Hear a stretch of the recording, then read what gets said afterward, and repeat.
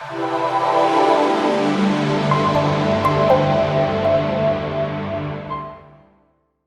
the green light, we have like 30 minutes to talk, and I know I was billed as a Bike Walk North Carolina member myself. I get to ride a few times a year in your awesome state, and I get the email that I'm a fast talker, and I'm gonna get 2 hours worth of information into 30 minutes. I don't know if I can do that. I'm gonna do my best to be to speak clearly so you can understand what I'm saying, and give you as much information as possible. So big thanks to everyone for being here and the chance this evening to talk with all of you. I'm honored to be part of the summit once again. So yeah, thanks for having me back. So I've been given time to give you an update from the League of American Bicyclists. So and I'm here to do that, especially with what's going on in Capitol Hill right now and the opportunities that we have in front of us toward, as the theme of this summit, or you're about to start, is to emphasize moving forward safely connected. So for those of you who don't know us, I'm sure many of you do, but out there on YouTube, we are the League of American Bicyclists, and since 1880, we have been the national organization promoting bicycling and protecting the rights of people that bike. Bicycling is good for people, our communities, our country, and our world, and we know that the bicycle is the best vehicle ever invented. It's not only just a joy machine that makes us happy and makes us want to share it with everyone else, but bikes are part of the solution to many of the challenges that we face. And by making that connection in our advocacy to help others see that this isn't just about the bike, but it's part of the solution to the challenges that they put their hearts into, like public health and well-being, climate change, mobility justice, community connectedness, vibrancy, and more. That's how we're going to have a stronger, more connected movement to remove the barriers to biking, where anyone can experience the joy of bicycling. The League is powered by a network of changemakers like you, all of you here, dedicated to improving lives and communities by making bicycling safe, comfortable, and accessible for all. We're an organization of more than 200,000 members and supporters, more than 1,000 state and local affiliated clubs and groups like your statewide leaders here at Bike North Carolina, as well as thousands of businesses, universities, and communities together leading the movement to create a bicycle-friendly America for everyone. Over the last 100 years, there's been a development pattern in our country where we prioritize speed and road space over taking people's safety, over people's safety and ability to get around for transportation or recreation by foot or by bike. Removing the barriers to bicycling must be a national priority. So the League's approach is really first to advocate and amplify the voices at all levels for investments, policies, and programs to make bicycling safe, comfortable, and accessible for all. We educate and promote best practices, including bicycling driver education. So really glad to hear that is a part of the summit this week. I've already talked to an LCI that's on this call. We know that there's a League cycling instructor seminar that's happening. A big part of what we do is bicycling education and driver education to improve safety, to give the confidence and skills to ride more. And of course, sorry, I guess everybody's going to mute, and increase opportunities to bike more. Sorry, I got a little feedback there for a second. Lastly, we support and showcase the movement of change makers to do their work to advocate, educate, and provide more opportunities for people to bike. So that's everyone from the person setting up social rides all the way to those LCIs that we just talked about, educators, bicycle-friendly businesses, bicycle-friendly universities, and of course the advocates and advocacy groups around the state. So that's our work. And I know you're very familiar. I mean, a lot of you are familiar with our programs. I'm going to spend my time tonight to talk about our federal programs in depth, because we're at a really, really important time.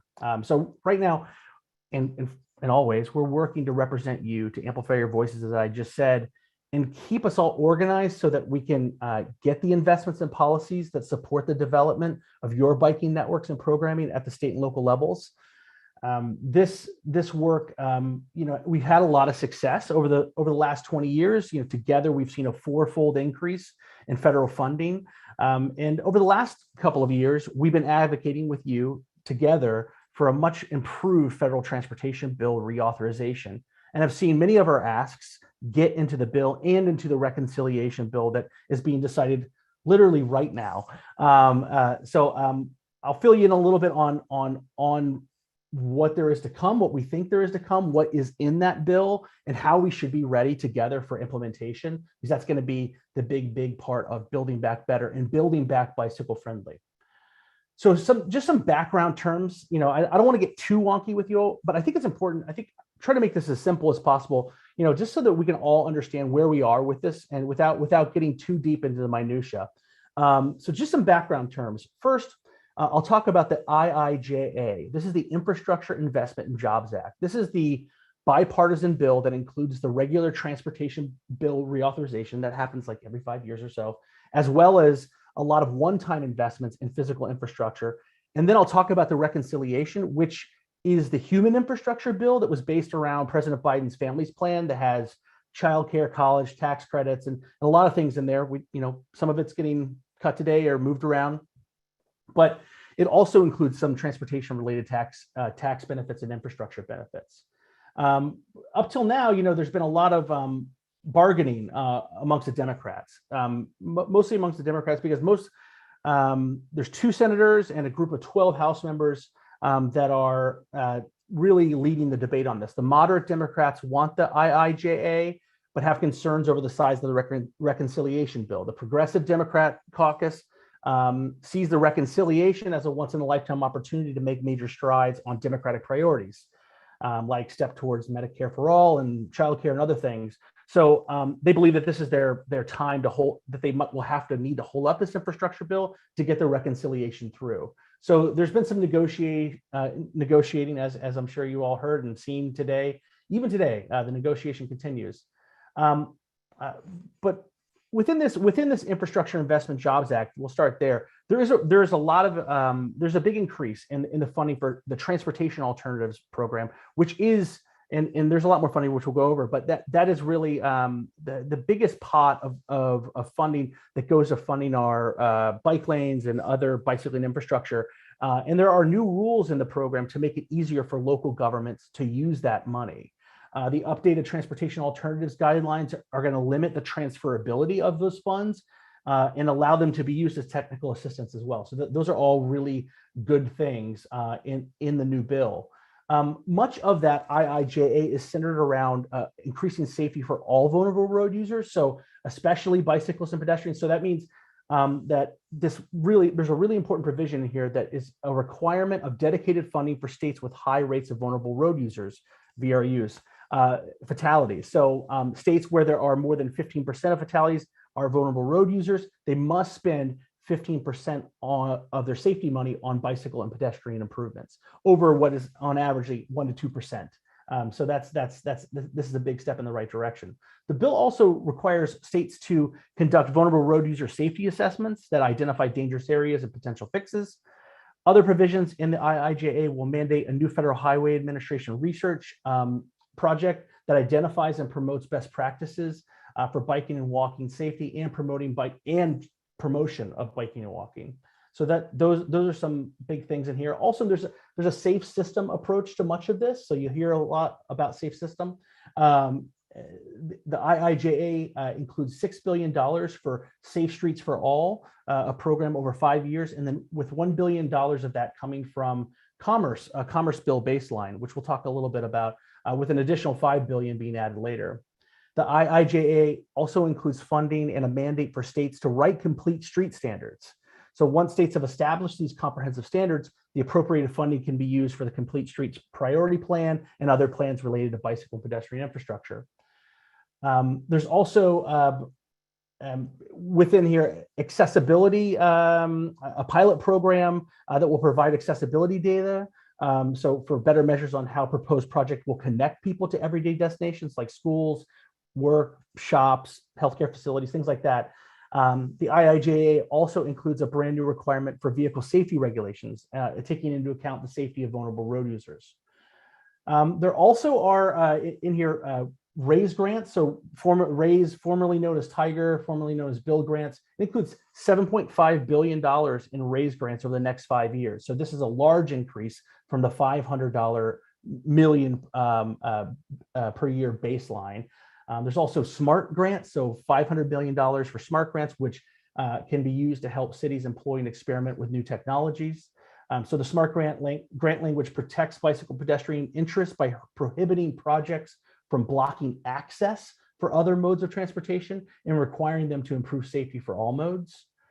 And then lastly, bike ped access on bridges. So that, I think Terry just talked about bridges a minute ago. The IIJA includes a policy change that requires both new and reconstructed bridges to incorporate access for bicyclists and pedestrians, unless it is cost prohibitive. With almost $50 billion in new bridge money, how the Federal Highway Administration, this is a big part of our advocacy up in Washington, employs this new policy can make a huge difference. Now I'm going to talk a little bit about the tax incentives in this bill. These are, some of the fan favorites that are in here that you'll be very interested in. First is the bicycle commuter benefit. We're excited about this. It's reinstated and improved so that it can be part of your regular transportation benefits for parking and transit. So that means like an employee receives the money pre-tax. You decide how much you want of your paycheck that goes towards it. You can use it towards a purchase of a bike, an e-bike, other things. You can use it for bike share subscription, a description and a subscription.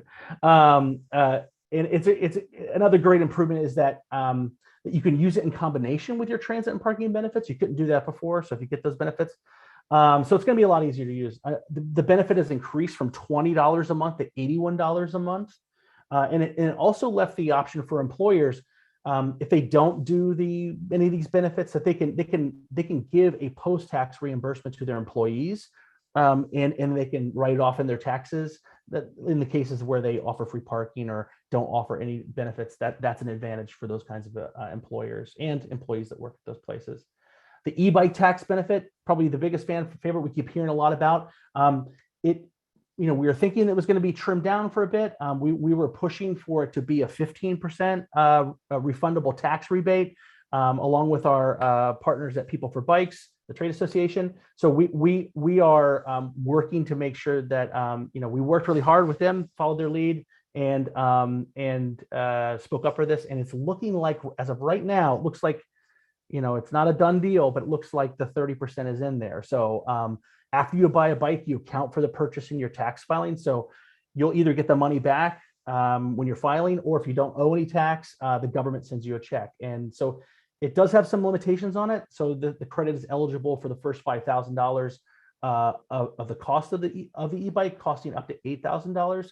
So if you buy an $8,000 e-bike, you get $1,500 back. So on that first $5,000, it's limited to one tax credit per year per taxpayer, and two if you're a joint filer. And so that's a really great benefit. That's going to be part of this. Fingers crossed that this is going to get voted on and go through, but it's looking good. Charging stations are the next thing I want to talk about. There's a 30% tax credit for businesses that put in charging stations for micromobility. We've been pushing for this. 2 to 3 wheel vehicles, electric vehicles, cargo bikes, scooters, those sorts of things. To qualify, you have to be able to charge multiple vehicles at once. So it either has to be available to the public or take credit cards, and or it could be for a commercial government fleet. So that's really good. So if you're a business if you know a business that's looking to switch to e-bikes or welcoming those sorts of things, like a local grocery store, this could be a real upgrade to your shopping experience for some people riding bikes. Rail banking financing. So this is interesting. This is a great way to finance rail trails, and rail banking was added to the Buy America bonds. So these Buy America bonds, they came in with the stimulus of 2009, where people were a little nervous about investing. The government covers some of the interest. The buyer gets the increased interest rate. The local government doesn't have to pay any of that. Rail banking is this agreement where a railroad company can sell or lease part of their tracks or to use for trails, their right of way, and then they don't have to pay taxes on it. So this is great that we got help get that in there. Those are the tax benefits. So that's interesting. Those are the things that are being brought forward with the Commerce Committee. On the reconciliation, just a quick reminder on that reconciliation. This is the House Transportation Infrastructure Committee, I don't know how closely you all have been following this, but is led by Peter DeFazio. They wrote a really great reauthorization bill, and then it was thrown out because they went with the Senate bipartisan deal, which is now what we've talked about, the IIJA. You have to feel for Chairman DeFazio, who led the creation and then, of that bill, and then it got thrown out. But as part of the reconciliation, Chairman DeFazio was given $57 billion to figure out, how they would spend it, or figure out that budget. And so he took the opportunity to work with his Senate counterparts to come up with programs that work with hit those targets of the priorities of the reconciliation that they felt were really missing, and those are climate, equity, and more focus on multimodalism and local control. So in this bill, there's some really exciting things, like the Neighborhood Equity and Access Program. It is a $4 billion discretionary grant program through USDOT. It requires 40% of the funds to go to low-income communities. It's made to do a couple of things. So similar to the Reconnecting Communities program, it's built to mitigate harm done through highway projects. So here you can see in the bottom of this picture, this is Route 40 in Baltimore. It was built, dissecting a community, and it's not really used. This program could help remove that highway and reconnect the community. The money can also be used to mitigate, if not remove, things like it can add, like creating new connections, like bridges, things like that, sound walls, etc. So building out networks, this money can be used for that. So this is really important. It can also be used for local community group capacity building. So a very interesting program, and really glad that that's in there. Next is the Community Climate Incentive Program. This is a $4 billion program with 3 pieces to it. There's a $50 million that goes to USDOT to develop a greenhouse gas emissions performance measure. So this includes both carrots and sticks. So what the state does get if they meet the performance measures, and what consequence it gets if it doesn't, of course. So we're very interested in this, and I know you will be too. There's a discretionary grant program with $950 million in it. So if the state meets the performance measures and they've incorporated goals to reduce greenhouse gas emissions, then they can apply for this large discretionary grant. So it's a pretty big deal. There's also $3 billion for local governments, tribal governments and territories, regional governments, to do projects that reduce greenhouse gas emissions, providing zero emissions transportation options that reduce dependency on single occupancy vehicle trips. This looks good for biking and walking, obviously. Also in the bill, there's an affordable housing access program. Clearing houses on traffic safety and automated vehicles are also included in the bill. So we're patiently waiting now. Right now, we're in this on your screen here. We're at the part where the bill is being written, and we're waiting. We're expecting it to pass soon. They'll write something called report language, which doesn't have the strength of law, but it's pretty close. And that's the next step, that they'll be telling the USDOT, this is what we mean by this or that in this bill. Like this neighborhood access money gets to low-income communities, for example. So they'll send this language over to USDOT, and then USDOT will then have to write guidance on all the new programs. So as we discussed, there's a lot here. Within the IIJA, there's over $100 billion that the USDOT has to give out. So they'll have to figure out what the rules are of the program, who is eligible, what the criterion are for how they'll judge them all. So they'll have to look at transportation alternatives, which has had all of these changes, and work through the guidance and to build that guidance that they'll put out. And then at the state level, it's not like all of a sudden they get billions of dollars in their bank account. They'll have to work on a project, and then they'll apply to the USDOT for reimbursement. So state DOTs have to take this guidance very seriously as it comes down. So we're working in this process to make sure that we get our priorities in there, trying to push to get those priorities in there. There's language in here. We talked about the bridges. There is language in the law that says that if you're building a bridge and you're doing a major construction, or doing major construction of a bridge, that you have to consider access for biking and walking. This bill, has changed that. Move beyond just used to previous law. You just cover for biking, now biking and walking. But now you have to consider it. But the current law, says that you can really pass on a project if it's cost prohibitive. Instead of an easy answer, we're asking that state DOTs have to show their work and show why it is cost prohibitive.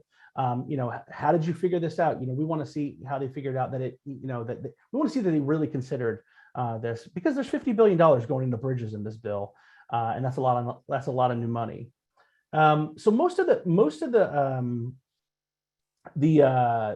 types of funding are, the bigger programs that we're all, we use a lot: transportation alternatives, CMAQ, the block grant program, safety programs, HSIP. A lot of these are going to have really, we think, minor changes. So we need to be ready. So this is like sort of our call to action is that we need to be ready to have projects ready to go, so that your state, can build these. We need these to be in, the TIP, which is like your regional work plan, essentially, for you at the metropolitan planning organization level. If I could just say that, TIP. We need to get projects in the TIP. That's what we have to do. So we'll be working on fact sheets with our partners at Safe Routes National Partnership, and helping you get organized on what you can do with your partners at Bike Walk North Carolina. Start talking to the people that that work on these projects. Check in to see if they're aware of the bill, what their plan for implementation is under the new program. Ask them what their priorities are.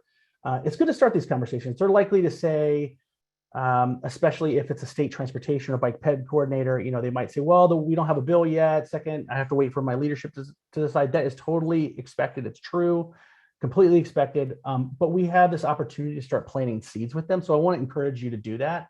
I also want to give you a couple seeds to think about, planting. So in this infrastructure bill, the IIJA that we talked about, when the money hits, there's going to be more need for a local match. Bingo word. Projects that will be slowed because of the local money, not because of the federal money. So that's why it's important to start prepping right now to cover that local match. One of the things that's going to happen in the Transportation Alternatives Program in the new bill is that states are going to be allowed to use their HSIP program dollars, their safety money, for that local match on transportation alternative program. So that's a real step in the right direction. This is something to point out to your transportation alternatives coordinator if they don't already know. Just be helpful and help them realize that. Another thing is that states are going to that have a high rate, as we talked earlier, of fatalities. Like, so the 15% or more of their fatalities that are happening on the roads are bicyclists and pedestrians. They're gonna have to use 15% of their state highway safety money program dollars for vulnerable road user safety. So one option is for them to use the safety money as a match, for this as well. So that's, that these are just some ideas, seeds to plant, but making sure that these projects that you need to get done, safety focused, maybe ideas on covering the match. But we want to make sure that these projects are in that transportation improvement plan. And lastly, with earmarks coming back, we know that there are going to be projects that are earmarked. Those are also going to need to be in the transportation improvement plan too. So just really think about, working at that MPO level together to get projects in the plan, especially. Last thing I want to say, just a couple of plugs. The National Bike Summit happens every year in Washington, D.C. Next year, we are going to be both virtual and in person, March 27th through 30th. It's going to be the whole conference. The bulk of it is going to happen you won't miss anything if you do it online. There will be some additional workshops that are going to be offered in person there in Washington, D.C. at the end of March. So it's going to be great. And we're going to be talking a lot about implementation. Yeah, we'll be getting even more organized and making sure that we can bring your advocacy work to life and make bicycling safer for everyone. So I think that's it for me. If nothing else, sign up for our e-newsletter, please. Bikeleague.org/e-news will keep you posted on what's going on in Washington. And thanks for your support. Thanks for coming today.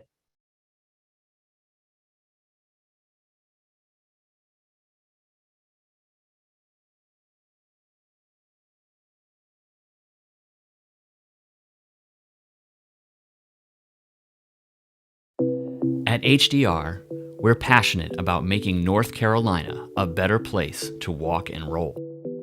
Our Salem Parkway project in Winston-Salem upgraded a downtown greenway, integrated a bike and pedestrian tunnel into a highway reconstruction project, and delivered 2 signature bridges.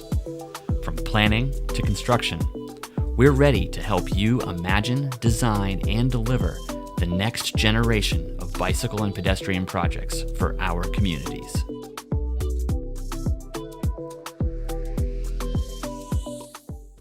Hi, I'm Lisa Riegel with AARP North Carolina. We enjoy working with BikeWalkNC as we work to make our active transportation safer through efforts like the Bicycle Safety Quiz, Vision Zero, and Complete Streets.